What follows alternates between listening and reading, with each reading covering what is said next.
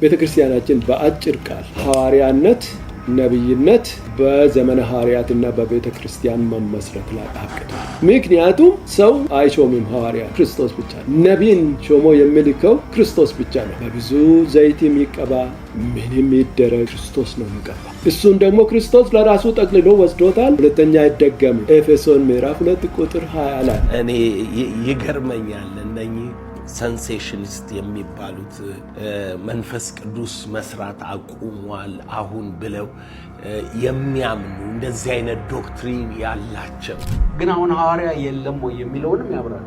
ሐዋርያት ዛሬም ይኖራሉ። ሐዋርያ እንግዲህ ካለ ላኪ አለ ማለት ነው። አባት ነው። አባት ልጅ መሆን ያለበት ትናንትና ስናወራው የነበረው እውነት ሰው እንኳን ያታዘበናል። ስለዚህ አይምሮ ያወቀ ልብ ያወቀ በአንድና በሁለት ሰው ጥላቻ ምክንያት ነብይና ሐዋርያ የለም ብላችሁ መናገር በብዙ የለባችሁ። ሐዋርያ ነኝ ካለ ማለት ነው አውቶሪቲው በሁለት መንገድ መገለጥ ካልቻለ ሐዋርያ አይደለም። ዝም ብሎ ደከመ፣ ጓደኞቹም ደከሙ። እንዴት? ሐዋርያነት የጸጋ ስጦታ ብቻ ሳይሆን ምንድነው? አውቶሪቲ ነው። አውቶሪቲ ነው። ሐዋርያ ነኝ ያለው የሰፈር ጎረምሳ አውቶሪቲ ካለው እስቲ መጥቶ እኔን ያስቆመኝ፣ ለሸይጣን አሳልፌ ሰጥቻለሁ እስቲ ይበለኝ። አውቶሪቲው የአንድ ሰው ሐዋርያነት በአውቶሪቲ ነው የሚገለጠው እንጂ በፎቶ አይደለም። አፖስትል ሐዋርያው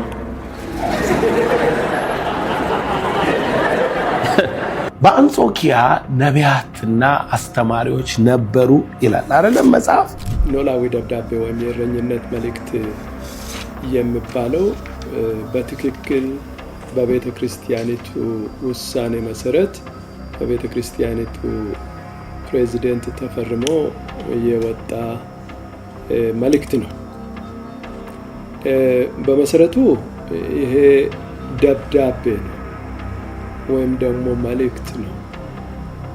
ለውስጥ ለቤተሰብ የተላከ ለማህበራን ምዕመናኖቻችን ማስተማሪያ ወይም ምክር እንዲሆን ታስቦ የተላለፈ መልእክት እንጂ መግለጫ አይደለም፣ አዋጅም አይደለም። የምክር የእረኝነት ደብዳቤ ነው።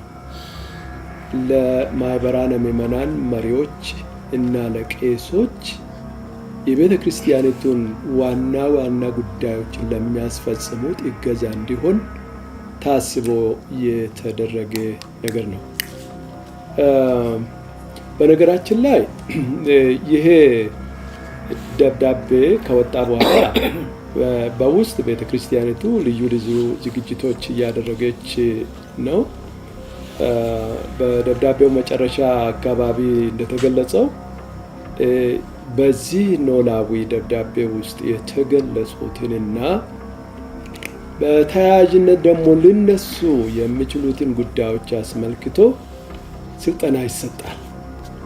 ማለትም የአፈጻጸም ስልጠና ማለት ነው። እነዚህ ግንኙነቶች ግን የተገደቡ ናቸው። ምክንያቱም መካነ ኢየሱስ ሉተራዊ ማንነት አላት፣ እሱንም ታስጠብቃለች ብለናል እና ሉተራዊ አስተምሮዋን ምንም ሳይቀነስ ሳይጨምር ከሚቀበሉት ጋር ትቆርባለች፣ ሄዳም ትሰብካለች፣ ጠርታም እንዲሰብኩ ታደርጋለች። እነዚህ ደግሞ እነማን እንደሆኑ ግልጽ ነው እና እንደሚታወቀው በሚያስፈልግበት ጊዜም ከነዚህም መካከል በእኔ መሰዊያ ላይ እንዲገኙ አልፈቅድም ያለቻቸውም አለች። ይሄ የታወቀ ነው። ይሄ ቅርብ ጊዜ ታሪካችን ነው።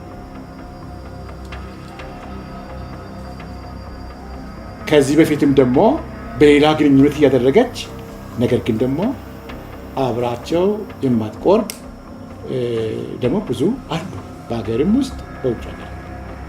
ስለዚህ አሁንም ቤተክርስቲያኒቱ የሉትራን አስተምሮዋን እሷ የምትቀበለውን የሉትራን አስተምሮ ሳይቀንሱ ሳይጨምሩ ከሚቀበሉ ጋራ ቅዱስ ቁርባን ትቀበላለች፣ በጥምቀትም ትሳተፋለች አስፈላጊ በመሆንበት ጊዜ።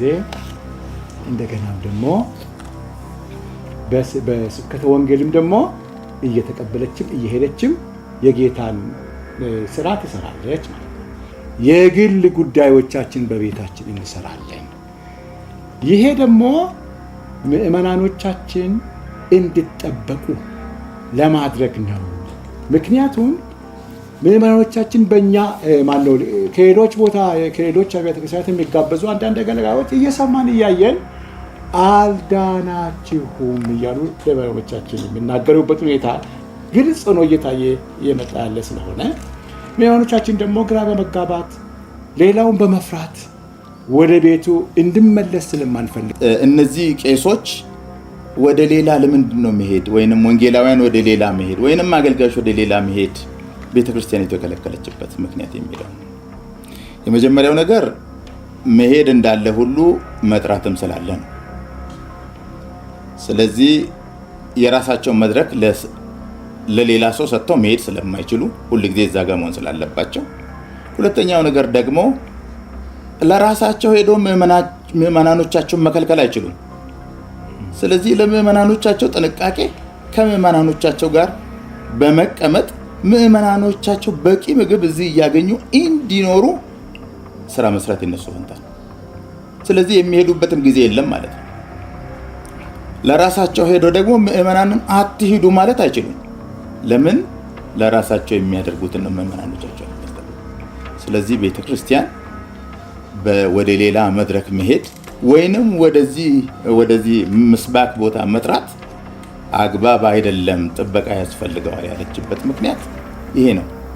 የትኞቹ ናቸው የተከለከሉት፣ የትኞቹ ናቸው የተፈቀዱት የሚለው የትኛውም የምስራቹ ቃል የሚነገርበት የቤተ ክርስቲያኒቱ ምስባክ በጋራ ቀደም ምክትል ፕሬዝዳንቱ ካሉት ውጪ የእግዚአብሔር ቃል የሚነገርባቸው ሌላ የሚነገር ነገር የለም፣ ሌላ አክቲቪቲ የለም።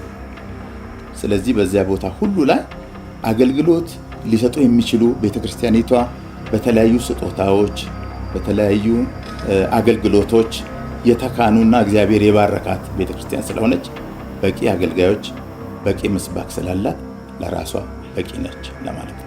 የሐዋርያትና ነቢያትን አገልግሎትና ሹመት በተመለከተ የቤተክርስቲያናችን አስተምህሮ ምን ይመስላል የሚለው በጣም ጠቃሚ የሚሆነው ይህንን በሚመለከት 48 ገጽ ያለው የጥናት ጽሑፍ አለ።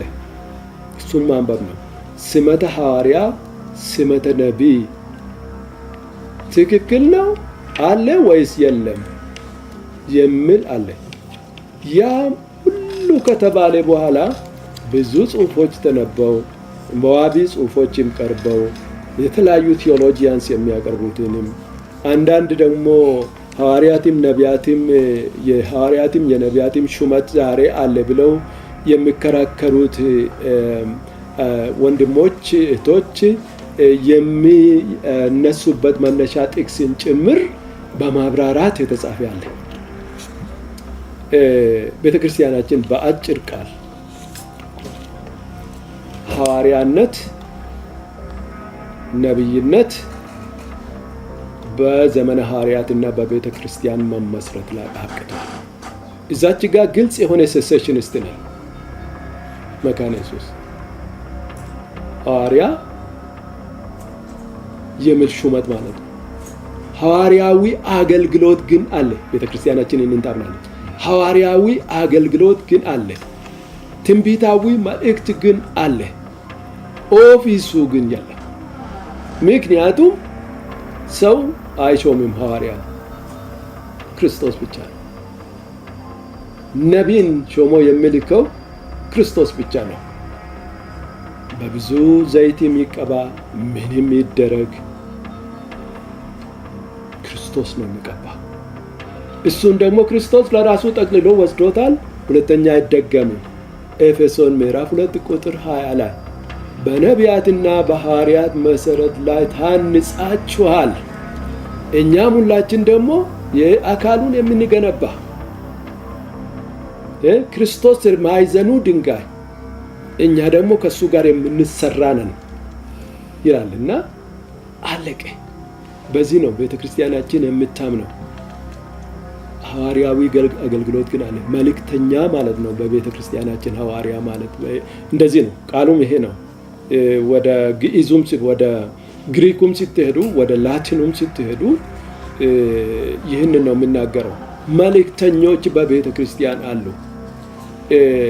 የግሪኩን ቴክስት ስናነብ ይሄ አፖስቶሎስ ኦር አፖስቶሎይ የሚለው በብዜቱና በእንትኑ እየተቀመጠው መልእክተኛ ማለት ነው። መልእክት የሚያደርስ አሉ፣ የሚያደርሱ ዛሬ የሚሮጡ አሉ። ሐዋርያ ሳይባሉ ግን የሐዋርያነት ስራ የሚሰሩ አሉ። በቦረናና አካባቢው እየተሯሯጠች ወንጌል የምትሰራ አንዲት እህት አለች። ታውቃላችሁ፣ ሁሉ ጊዜ የምንጸልይላት። እንግዲህ ሐዋርያ መሾም አለበት ከተባለ እሷ ነች የምትሾመው። እና ግን ሀሳቡ ምንድን ነው? የለም በቤተ ክርስቲያናችን አንልም። ግን ሌሎች ከቤተ ክርስቲያናችን ጋር በሆነ ህብረት ያለን ሰው የራሳቸው መድበው ለራሳቸው ሐዋርያትንም ነቢያትንም የሚሾሙ ካሉ አነቅፋቸው። የራሳቸው ቤት ነው። የኛ ቤት ግን ሌላ ነው። ግን አነቅፋቸው። ክላሲካል ፔንቴኮስታልስም ቢሆኑ ሌሎችም ቢሆኑ በምንም አይነት አነቅፋቸው። በእውነቱ ላይ ቆመን ግን እኛ ራሳችንን በዚህ መልክ እንመለከተዋለን ማለት ነው። እና በአጭሩ ለመናገር በኤፌሶን 4:11 ላይ ያለው መነሻ የሚሆነው ነገር ከሌሎች ጥቅሶች ጋር በተጓዳኝ መነበብ አለበት። ከቆሮንቶስ ምዕራፍ 9 ከቆሮንቶስ 1 ቆሮንቶስ 9 ከአንደኛ ቆሮንቶስ 12 እና ከሌሎችም ከኤፌሶን መልእክቶችም ጋር ተያይዞ ካልተነበበ ብቻውን ቁንጽል ከተደረገ አስቸጋሪ ነው። 5 ጣምራ አገልግሎቶች ወይም ደግሞ ኦፊሶች የምንላቸው ኦፊሶች አይደሉም። ስትመለከቷቸው በተለይ በግሪኩ ያንን ቴክስት ስታነቡ 5ም አይደሉም። እንዲያውም ወደ 4 ነው የሚሆኑት እና ነገሮች ጸጋ ስጦታዎች ናቸው። ለዚህ ነው የምንረዳው የጸጋ ስጦታዎች ናቸው። በቆሮንቶስ ላይ በዛ መልክ ጽፎ ሐዋርያው ጳውሎስ ኤፌሶን ላይ መጥቶ ደግሞ ሌላ ነገር አይጽፍም። ስጦታዎቹ አሉ። ይህም ደግሞ የክርስቶስን አካል ለማነጽ ነው። ይህ እጅ ይሰራል። 5 ወይም 4 ጣቶችን ቢኖሩ ዋናው ነገር አገልግሎቱ ነውና ቤተ ክርስቲያናችን ይህንን ታደርጋለች። ነገር ግን የሌሎችን መብት የሌሎችን እምነት ዶክትሪናቸውን ለምን አደረክ ብላ አትወቅስም። ግን ለመድረካችን አትጋብዛቸው። እኔ ይገርመኛል እነኚህ ሰንሴሽኒስት የሚባሉት መንፈስ ቅዱስ መስራት አቁሟል አሁን ብለው የሚያምኑ እንደዚህ አይነት ዶክትሪን ያላቸው ያው ኢትዮጵያ ውስጥ ድብልቅልቅ ያለ ስለሆነ ነው። ግን የነሱ መሰረት አለ። አንዳንዱ ሚዲያ ላይ ወጥቶ እኔ ፔንቴኮስቴ አይደለሁኝም ብሎ ወይንም ደግሞ ቲክቶክ ላይ ገብቶ አንተ የምተነበየውን ጸጋ ስጦታህን ምናምን እየሰደበ የሚናገር ብዙ አለ። ይሄ አይነቱ መንፈስ ቅዱስ የማያምን እኔ እንዲህ በ10 ጣቴ የምፈርምልህ ማለት ነው። ከመዳን ጋር የመንፈስ ቅዱስ ጉዳይ ይገናኛል። ከመዳን ጋር ይገናኛል። ድንገት ሃይማኖት ሊኖር ይችላል።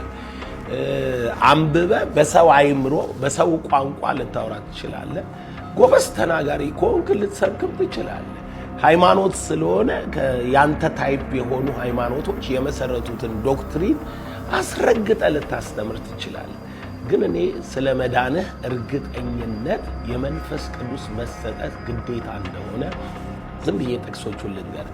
ከረዳው ማለት ነው መንፈሳዊ ከሆን ከረዳው ድንገት ወደ መዳን ተደርስ ይሆናል ብዬ አስቤ እንጂ መዳንህንም እርግጠኛ አይደለሁኝም። እኔ መፍረድ አልችልም። ግን ቢሆንም የመንፈስ ቅዱስ ጉዳይ ያልገባህና መንፈስ ቅዱስ በአንተ ሕይወት ውስጥ የምትታተምበት ስርዓት ከሌለ ለመዳንህ እርግጠኛ አይደለንም። 3 ጥቅስ ልንገርህ። የመጀመሪያ ፊልጵስዩስ ምዕራፍ ከመዳን ጋር የተያዘው ማለት ነው ምዕራፍ 1 ቁጥር 19 ወደፊት ደግሞ ደስ ይለኛል፣ ይህም በጸሎታችሁና በኢየሱስ ክርስቶስ መንፈስ መሰጠት ለመዳኔ እንዲሆንልኝ አውቄአለሁና። የኢየሱስ መንፈስ ስለተሰጠው ነው ጳውሎስ ለመዳኔ እንዲሆንልኝ አውቄአለሁ የሚል። ስለዚህ መዳንህን የሚያረጋግጥልህ ነገር አለ ማለት ነው። አሁን እኔ እርግጠኛ ሆኜ የምነግርህ አሁን ብሞት መንግስተ ሰማይ ይገባል። መንግስተ ሰማይ ለመግባት ማረጋገጫዬ እዚህ ምድር ላይ ያለው ህግ መጠበቄ፣ ሃይማኖት መከተሌ፣ መቀየሬ ምናምን አይደለም። ኦርቶዶክሱን፣ ካቶሊኩን፣ ወንጌል አማኝሁን የመንፈስ ቅዱስ ማህተም ከሌለ መዳንህን እርግጠኛ አይደለም። ሐዋርያውንክ፣ ነቢዮንክ፣ ሽማግሌውንክ፣ ጳጳሶንክ፣ ቄሶንክ፣ ምንም ሆንክ እርግጠኛነቱ ያለው በማህተሙ ላይ ነው። ለመዳኔ እንዲሆንልኝ አውቄአለሁ።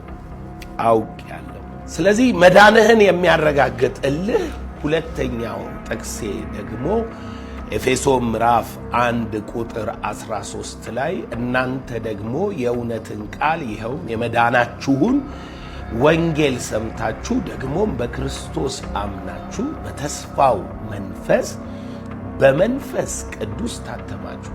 እርሱም የርስታችን መያዣ ነው። የርስት መያዣ እግዚአብሔር መንግሥተ ሰማይን እሰጥሃለሁ ያለው የመንግስቱ ማህተም መያዣ። በጣም ብዙ ጥቅስ አለ፣ ግን ያንን ሁሉ እያነበብኩኝ አልውልም። ጳውሎስ በገላትያ ምዕራፍ 4 ላይ የሚናገረው አንድ ቃል ደግሞ ለቤዛ ቀን የታተማችሁበትን ቅዱሱን መንፈስ አታሳዝኑ። ለቤዛ ቀን የታተማችሁበትን ታትመሃል። አየህ፣ መጽሐፍ ቅዱሳችን የሚነግርህ መዳንህ ከመንፈስ ቅዱስ ጋር የተያያዘ። ኢየሱስ ክርስቶስ በእርሱ ነው ሁሉን ነገር ሰርቶ በአብ ቀኝ የተቀመጠው። እርሱ ባንተ የሚሆነው በመንፈሱ ነው። ካለበለዚያ አንተ ስለ ክርስቶስ እያወራህ ስለ ክርስቶስ እየተናገርክ መንፈስ ቅዱስ ካልታተምክና ካልተቀበልክ መዳንህን እርግጠኛ አይደለህም። በጣም አክብረን እንግዲህ ፈርተን አልዳናችሁም አሉን ልትሉን ነው ከተባለ እንግዲህ እውነቱን ከመናገር ወደኋላ የምንልበት ጉዳይ የለም። ደህንነት የተረጋገጠ የሚሆነው የመንፈስ ቅዱስ ማህተም ከተቀበልክ ብቻ ነው። ስለ ኢየሱስ በማውራት ደህንነትን አታገኝም። ሐዋርያው ጳውሎስ የሐዋርያት ሥራ ምዕራፍ 19 ላይ ደቀ መዛሙርት የሆኑትን ሰዎች አግኝቷቸው ደቀ መዝሙር የሆኑትን ማለት ነው። መጽሐፍ ሲናገር ምዕራፍ 18 ላይ ነው ታሪኩ የሚጀምረው። አጵሎስ የሚባለው አንድ ብርቱ ሰው በኋላ ፕሪስኪላና አቂላ በትክክል የጌታ መንገድ ያበሩለት የመንፈስን ማህተም የሰጡት ሰውየው ስለ ኢየሱስ አስረግጦ ቀጥታ ያስተምር ነበር። ድንገት አንዳንዶቻችን እንደሱ እንዳንሆን እሰጋለሁ።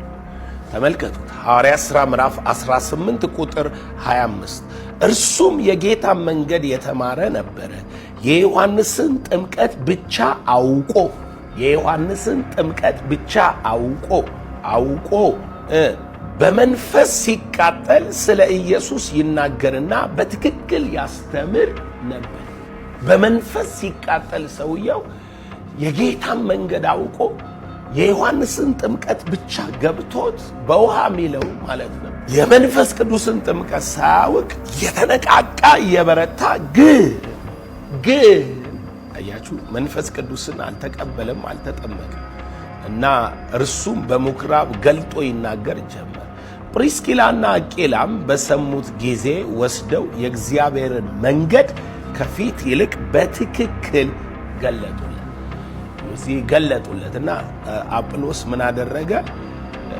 ወደ ቆሮንቶስ ሄደ። ኤፌሶንን ትቶ ወደ ቆሮንቶስ ሄደና ሪቫይቫሊስት ሆነ።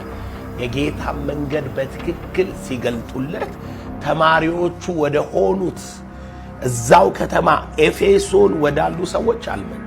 ያስተማራቸው ደቀ መዛሙርቱ ወደ ሆኑት ሐዋርያው ጳውሎስ በላይኛው በኩል አልፎ አጵሎስ ወደ ቆሮንቶስ ሳለ ጳውሎስ በላይኛው ሀገር አልፎ ወደ ኤፌሶን መጣ ይላል። አሁን ጳውሎስ መጣ፣ አንዳንድ ደቀ መዛሙርት አገኘ። አይገርምም? ጳውሎስ አንዳንድ ደቀ መዛሙርት አገኘ። የማ ተማሪዎች መሰሏቸው? የአጵሎስ ተማሪዎች ናቸው። ምክንያቱም የዮሐንስን ጥምቀት ብቻ ነው የሚያውቁት። ግን ስለ ኢየሱስ ያወራሉ፣ ስለ ኢየሱስ ይናገራሉ፣ ስለ ኢየሱስ ያስተምራሉ። ደቀ መዝሙር ናቸው። በደንብ በቃ መንገዱ ገብቷቸዋል። ግን ከፊት ይልቅ ትክክል የእግዚአብሔር አካሄድ ሚለውን አልገባቸው። ፕሪስክላና አቂላ ለአጵሎስ ሲያበሩለት አጵሎስ ወደ ቆሮንቶስ ጥሏቸው ሄደ። እነሱ ግን የቀደመውን የአጵሎስ መንገድ እየተከተሉ ምዕራፍ 19 ላይ ጳውሎስ አገኛቸው። ቁጥር 2 ላይ ባመናችሁ ጊዜ መንፈስ ቅዱስ ተቀበላችሁ አላቸው። ባመናችሁ ጊዜ መንፈስ ቅዱስ ተቀበላችሁ ወይ? አማኝ ነኝ እያልከኝ የታለ መንፈስ ቅዱስ? የታለ የመንፈስ ቅዱስ ሕይወትና ፍሬ ላይ የታል ምልክቱ? መንፈስ ቅዱስ ካለ ሱፐርናቹራል ማኒፌስቴሽን አለ። ባመናችሁ ጊዜ መንፈስ ቅዱስ ተቀበላችሁ። በቴዎሎጂ ዶክተር ሆናችሁ አላለም። የእግዚአብሔርን ቃል እንደ አጵሎስ ፈትፍታችሁ ተንትናችሁ አላለም። ያለው ባመናችሁ ጊዜ መንፈስ ቅዱስ ተቀበላችሁ። እነርሱም አልተቀበልንም፣ መንፈስ ቅዱስ እንዳለስ እንኳን አልሰማንም። የለም በዚህ ዘመን አይደል ምትል? የለም። ከሌለማ በቃ የለም። ከሌለማ አይሰራም። ለዚህ እኮ ነው ሰው ብቻ የሆንከው፣ ሃይማኖት ብቻ። ልክ እነኚህ ባህል ሃይማኖት እንደሚከተሉ አይምሮ ሳይኮሎጂ ርዕዮተ ዓለም እንደሚከተሉ ሰዎች ሰው በመስደብ ጥቅስ በመናገር ሚዲያ ላይ በማጣጣል ቃላት በማጣመም ያው የሰይጣን ቋንቋ ሲስተም ማለት ነው። እሱም በማድረግ መንፈሳዊ ለመምሰል ትሞክራላችሁ። የሃይማኖት ትምህርታችሁ ዶክትሪናችሁ ላይ ትሯሯጣላችሁ። ከናንተ የባሰ የገሃነም ሰዎችን ሚዲያ ላይ ትለቃላችሁ። ሆሊ ስፒሪት ካለ ይገስጻል፣ ይመክራል፣ ያጽናናል፣ ያስተምራል፣ ትንቢት ይነግራል፣ ራእይ ያሳያል፣ ታምር ይሆናል፣ ሰዎች ይፈወሳሉ፣ ወንጌል ትሰብካለ።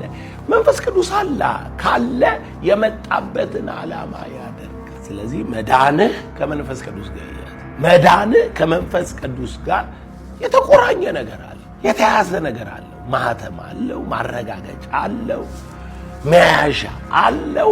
ባመንክ ጊዜ መንፈስ ቅዱስ ትቀበላለህ። ሱፐርናቹራል ምስክርነት። ኢየሱስ ሕያው መሆኑን እኮ ነው መንፈስ ቅዱስ የሚመሰክረው።